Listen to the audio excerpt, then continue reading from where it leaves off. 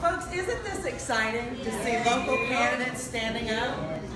Isn't it amazing the level, the quality, the articulate nature that these candidates that have worked with us on the Bernie Sanders campaign, that are progressives, trying to change the dynamic here in the state of California? Don't we have a gold mine to vote for?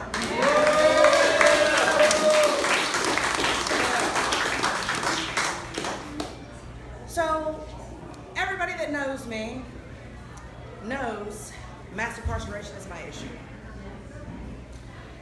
I fought through the entire Bernie Sanders campaign to educate on this issue. 2.2 million Americans whose lives have been cut short, incarcerated in this country. We are 5% of the world's population, and we lock up 25% of the world's prisoners. Folks, this injustice has got to change. If we want to talk about income inequality in this country, we have got to talk about vulture capitalism. We have got to talk about capitalism focusing on keeping an entire swath of our population down. That's right. Unemployable. What happens when you've got a check box that says you're a felon? Your life is cut short. What happens when you take wage earners out of the formula for raising a family? You have entire generations after generation after generation that do not get born with bootstraps, folks. We have got to disavow this notion that everybody in the country is born with the same chance, because that is a lie. That is a lie. And if you'll pardon me for getting a little emotional about this issue, I grew up in Jackson, Mississippi, and I have seen some of the most ugliest racism that you can imagine. I lived in New Orleans, Louisiana, and the state of Louisiana is the worst offender for mass incarceration in the country. Folks, to turn this situation around, to change this dynamic, we have got to get powerful candidates in office all over this country.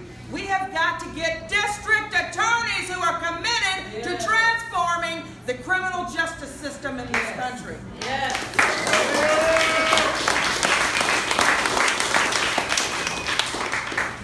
Folks, it is my greatest pleasure to introduce a beacon of light in this community.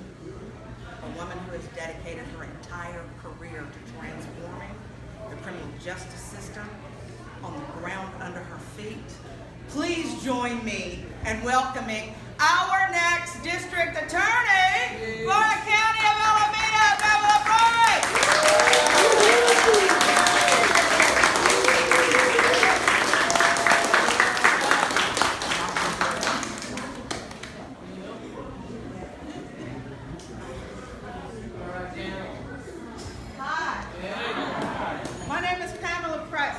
For Alameda County District Attorney because I'm a drum major for justice. Stephen Jaffe always says he doesn't want to come behind me. I don't think I want to ever come behind me. I'm not going to do that again. Nothing but love for you. Nothing but love. So it is a pleasure to be here in Contra Costa County, our Revolution. Woo! Go ahead, y'all. I am proud to say that I have been endorsed by San Leandro, our Revolution San Leandro, and I'm optimistic that tomorrow night we will be endorsed by our Revolution East Bay. And what I have said to my fellow progressives is in Alameda County, you don't really have a choice. I'm it, okay? We do have a district attorney. But when we look at her policies, we know that that has not been the case. So I decided to run for this office because I have been a civil rights attorney for 26 years. I've been successfully able to argue against racial harassment in the United States Supreme Court, and I've been creating new laws to stop sexual harassment in education and employment. I've been a Northern California super lawyer every year since 2003. So I had a wonderful career as a lawyer. But I will tell you, my story began long before. Because I'm a product. I am a survivor of the Ohio juvenile justice and foster care system. I got arrested when I was 13 years old in a civil rights demonstration, and I got tracked into the juvenile justice and foster care system. I stand before you today because 3 women kept their hands on me: Annie Jenkins, Alice Aaron, and Lorena O'Donnell. And I always honor them because they saw something in me when I was a kid that they wouldn't let me throw my life away. And trust me, I was working hard on it, trying to do that. So I tell people, don't ever give up on a kid because you don't know where that child's from. That's right. Never. I made it from the streets of Cincinnati to Yale College by the grace of God.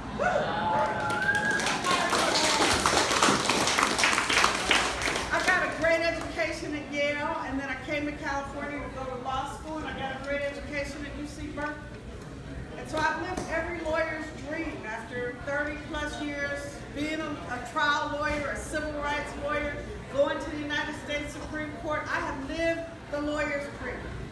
I've also lived every lawyer's nightmare because I started off doing criminal defense work in Bayview Hunters Point, criminal defender's office. And I saw people go to jail who I knew didn't need to go to jail. I saw innocent people go to jail. And to me, that's every lawyer's nightmare. I'm running for this office because for too long, district attorneys have forgotten that their mission is to protect public safety by advancing justice. For too long, district attorneys have been at the heart of mass incarceration. Over the last 30 years, we have built 22 prisons in California and 1 university. That tells you where our priorities have been, and district attorneys have been at the heart. They have driven the bus from the community to the prisons. You build 22 prisons, you got to fill them up. Nobody goes to jail without the district attorney making that happen.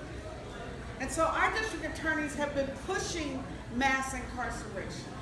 I believe that the way to repair the harm of mass incarceration, to stop gun violence, to stop sex trafficking, to hold police accountable, is a partnership with the community. Public safety requires public trust. We can't do anything. Our justice system doesn't work. Our police don't work. Nothing works unless the public believes that the police officers who are hired to serve and protect are actually going to do that. Okay?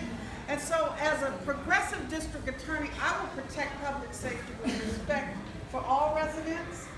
I will bring fairness and transparency to the Alameda County District Attorney's Office, and I will not support police officers who beat and kill people. I will not support police officers who engage in sex trafficking or unconstitutional policing or obstruct justice. I believe that we have an opportunity now. We are awoke, as Barbara Lee would say. Across this country, there is a movement for progressive district attorneys like myself who never thought she would be a DA to step up and say, I have a different vision of justice. I have a new vision of justice. When they talk about law and order, I want to talk about peace and justice. Remember we used to say no justice, no peace? Right. That's still true. That's the vision that we have to bring to these kinds of positions. And it does start here. You all have an opportunity in Contra Costa County. And I was pleased earlier this year to be part of bringing Mark Peterson down.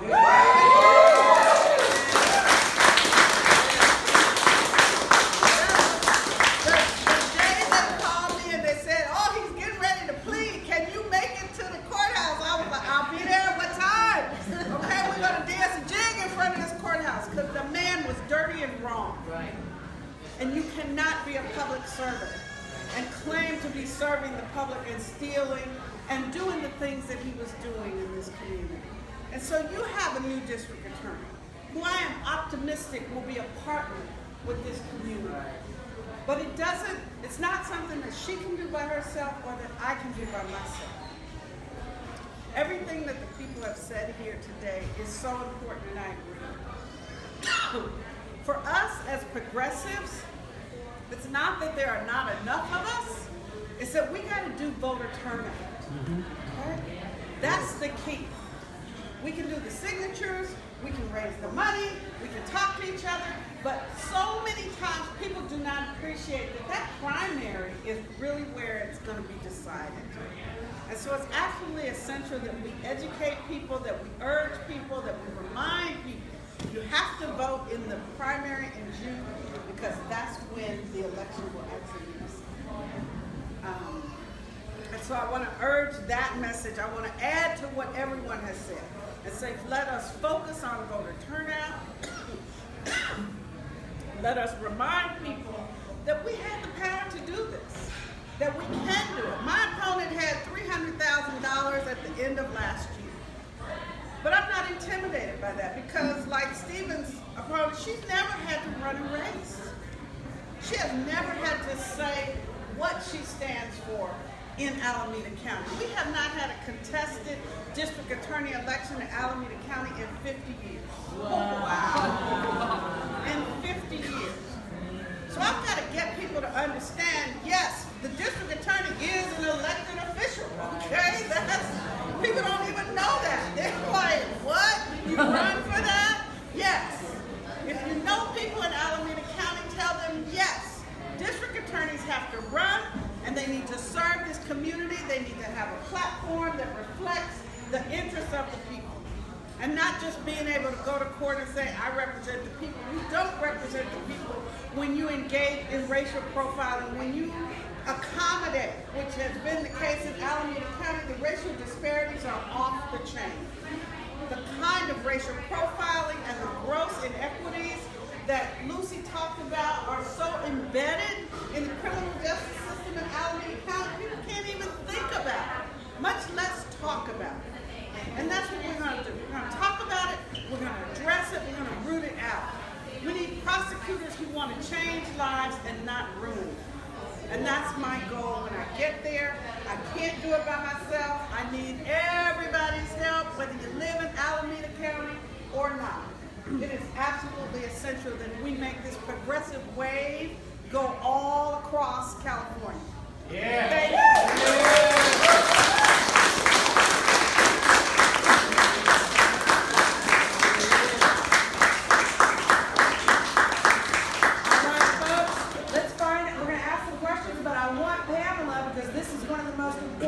In the state of California.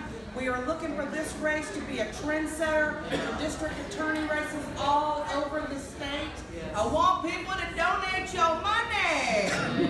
Okay, Pamela, tell us about your fundraising. So Price for DA, and it's FOR, priceforda.com is our site. And you will see, not only can you donate, but you'll see our 10-point platform, where we talk about ending mass incarceration. We talk about transparency in the district attorney's office. We talk about supporting sanctuary state and ending the collaboration between the district attorney and the sheriff and police. Okay? We talk about ending the racial disparity. So it's priceforda.com. I need as much money as you can give me, okay? I'm not gonna play. She got $300,000. That means I'm trying to play catch up. Yeah. But we know that elections are not won in California by money. Yes. They're won by people. That's right. And so I thank you all for allowing me to come. Yeah. The energy that you have, the presence that you have brought here today is absolutely inspiring and will lift all of us up. Thank you.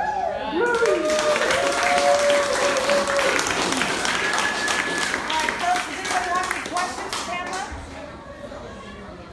Yeah, I'm not sure if this is the district attorney's position, but I was wondering, do you have any say, a district attorney have any say in And the Urban Shield and the militarization of the police. The question was, yes ma'am, the question was, does the district attorney have any say in the urban shield and the militarization of the police? And yes, very much so. As a district attorney, I don't control the budget strings, but the district attorney has a voice at the Board of Supervisors. The district attorney has a voice at the table with the police, because they don't just militarize by themselves, okay? The leadership decides that that's the place they want to go to. And so yes, the district attorney is can be a very powerful advocate both locally and statewide to deal with those issues. Right. Yeah. Bail reform. Yes. Bail reform is a fundamental issue. I am definitely in favor of bail reform. We have to abolish money bail. I mean, in Alameda County, we know that 85% of the people in Santa Rita County Jail are there because they can't post bail. Can't post bail. And so, but the bail system has been held unconstitutional in New York. And I believe that it's just a matter of time for it will be held unconstitutional. As a federal judge, I'm told, who came up with a similar conclusion. Because ultimately, the Constitution says you are presumed innocent until proven guilty. But you got to stay in jail to prove your innocence. Well, that subverts the whole purpose. And that's the situation that we have now. We have allowed money bail essentially to take away the presumption of innocence, and we would reverse that. So I've been lucky to be a volunteer for Oakland's Highland Hospital Sexual Assault Response Team. And for a very short period, I learned that while that is a model program in the state of California for many other counties who respond to sexual assaults, only about 1% or very low percent actually win in court. How is that a problem? How can we fix that? And how can Alameda change the way for the rest of California? I think the question is, how can Alameda change the percentage of convictions for sexual assaults? Better training, better focus, better understanding, better evidence practices. What we have, unfortunately, in Oakland, for instance, the homicide solve rate is only 30%. The rates at which the system actually works to solve crimes and provide remedies is very small. We found in another area where Alameda prides itself is in the fines and fees. They're very aggressive. They go after people to make restitution and pay fines and fees. And if you can't do that, then they move to revoke your probation or your parole. But the percentage of collection is actually very small. But in the meantime, they're saddling people with judgments. So what we find, it's what you're describing, unfortunately, is part of a pattern. That there's a lot of emphasis put on let's enforce the law, let's do law and order, but then at the end of the day, the number of people who are actually being served and the number of cases that are being resolved are very small. My opponent prides herself as a champion of sex trafficking, and yet only 85 survivors were able to go through the safety net program. 85 is like a drop in the bucket. 1% is a drop in the bucket. A 30% solve rate for homicides is frightening. That means if you shoot somebody, you have a 70% chance of getting away with it. That's crazy.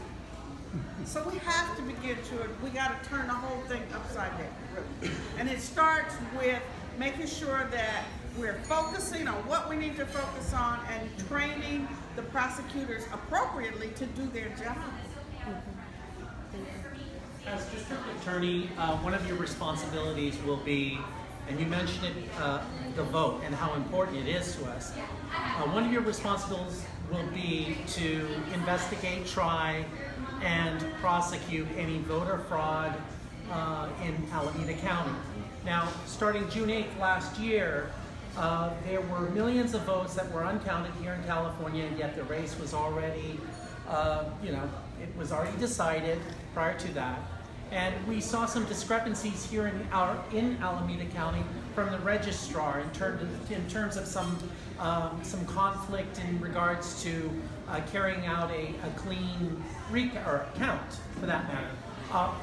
As district attorney, will you have your finger on the button? Will you be, watching for any type of voter fraud and suppression, for that matter, that could lead to voter fraud in Alameda County? I think you mean election fraud. Election fraud. I'm sorry, election fraud. Yes. I apologize. Yeah, you're right. No. It is a big difference, but it's understood that so many people are disenfranchised, and that is the thing that we all have to fight against. That we want people not only to be able to be registered, but we want them to be able to vote. We want our votes to count, and we want to expand the electorate as opposed to trying to keep people out. Obviously, one of the consequences of mass incarceration is disenfranchisement of so many people in the political process. And so I definitely am focused on that, and will use that as a way of certainly monitoring and reversing any kind of, hanky-panky there. I can tell you that that is one of the, I'm sure that will be an issue that comes up, because one of the problems you have where in any system, and certainly in Alameda County, the incumbent has been there for 9 years. She's firmly entrenched, and so we have board of supervisors, we have elected officials that are all linked together, tied together, very comfortable with one another, and nobody is willing to tell on anybody else. They're all there to maintain the status quo, and that means supporting each other regardless of whether, and so not only are we not looking at it, there's been no focus on election fraud, but public corruption generally is just out of control, rampant in Alameda County, and we're not dealing with it. Thank you. All right. Any more questions? All right, thank you all for having me.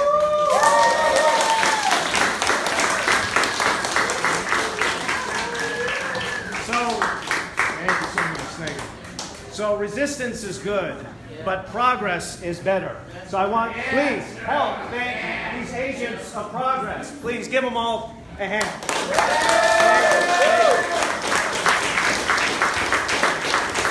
And if you're wondering why we had candidates from the other side of the Caldecott Tunnel here in Contra Costa, well, every election matters. We're going to be changing the culture in 2018. And the dark, dirty secret about progressive blue California is that there's more Republican elected officials on the local level here in California.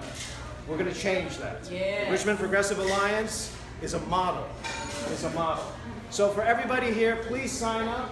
Our Revolution Contra Costa, we are going to turbocharge progressive candidates and progressive causes. And we're going to have mobilize a huge militia for 2018. Yeah. So please sign up. We're going to change the world, and we're going to have fun doing it. Woo!